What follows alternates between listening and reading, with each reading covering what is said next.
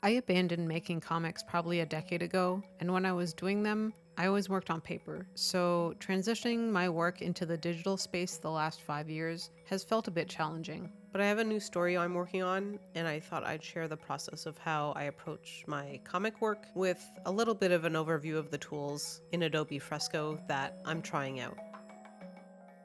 So first, I'm going to select multiple layers present that make up this one page. It's kind of like grouping in Procreate. This background, for instance, was made up of multiple layers, and I can apply changes to each of those layers individually within the grouping, but I cannot adjust the group entire. But here you can still have each of the layers isolated, but affected as a whole by an application like opacity. What I don't miss about working on paper is sorting out the perspective. Fresco has a really great option for this. From here, I can adjust the opacity and density of the converging guides, which is really helpful. Personally, if I have too much going on, I lose a sense of direction and it gets difficult for me to even start to draw.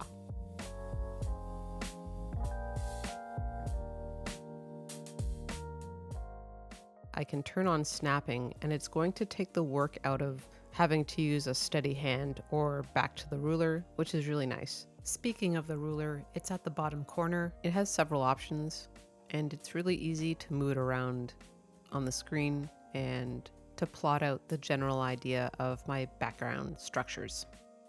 But I also feel that it has its drawbacks in a few ways, because despite me wanting accurately designed structures, I still like to pull back and have that hand-drawn quality here and there just to break up the line work.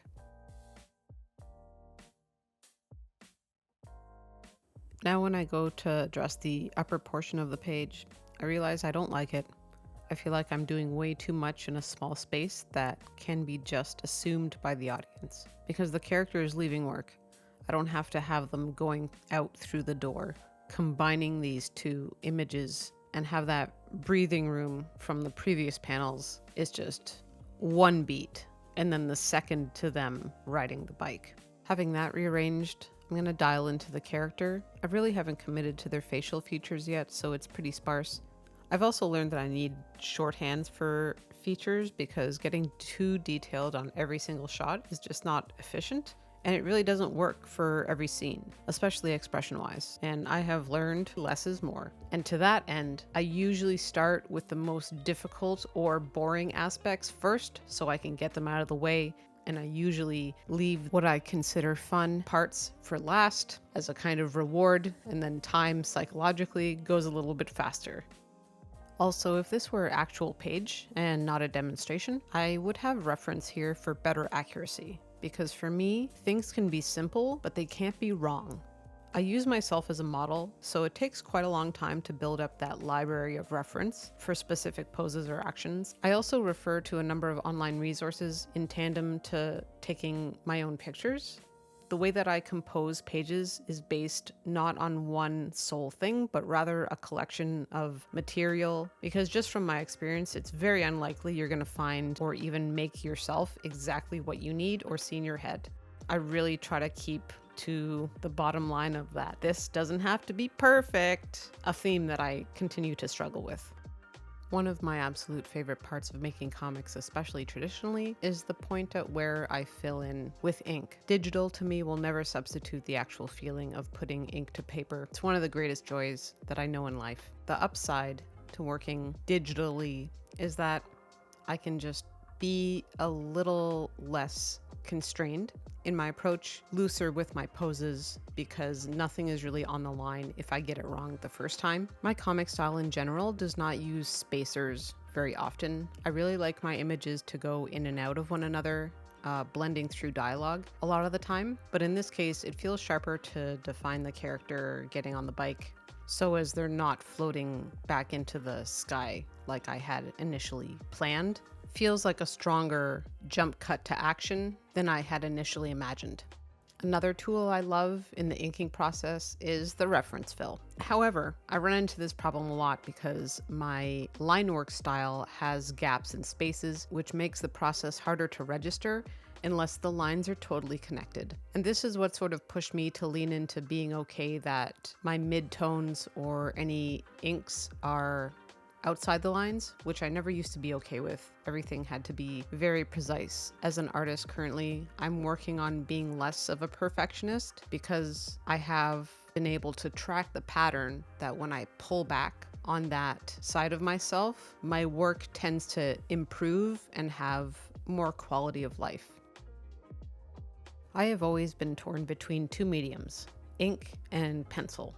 What I do love about digital is that the pencil impression can work well in print, whereas reproduction from traditional pencil on paper is a much more extensive process in terms of fidelity to the page and really needs extensively controlled conditions for reproduction. But I've also loved the medium on many levels. Graphite's natural qualities have this inherent beauty to me that's irreplaceable. There's something just very honest about it.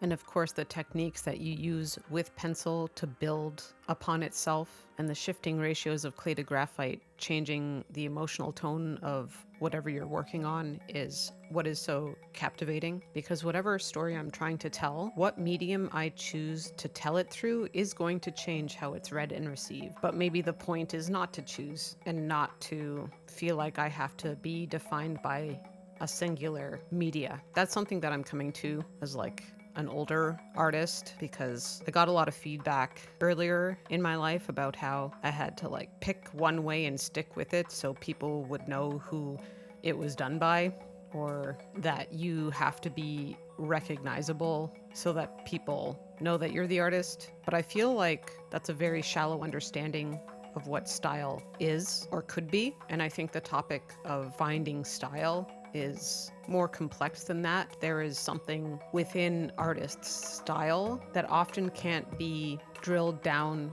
to a specific medium. Maybe that's something I'll go into for another video, but if you're still here, thanks for watching, and I'll see you later.